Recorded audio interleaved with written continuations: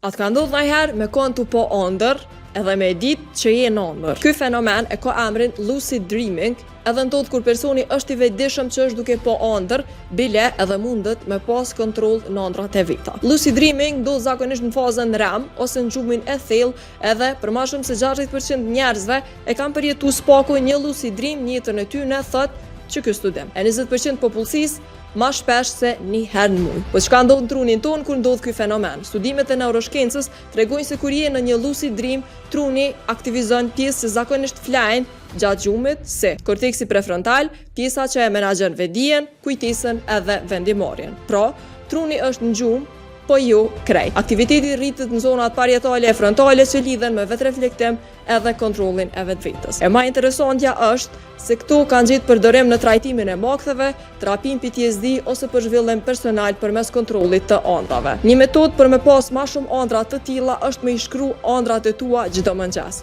Ëndrat shpesh harrohen disa minuta mbas i quhemi, mirë po shënimi i tyre na ndihmon me ju kushtu më shumë vëmendje si edhe me i kontrollu.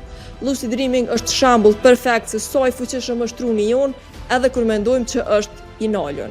E ti, a ke përjetuar ndonjëherë lucid dreaming? Kallëzom komente edhe për më shumë video si kjo bëja subscribe Urbanit në YouTube, po pse jo në krejt platforma tjera.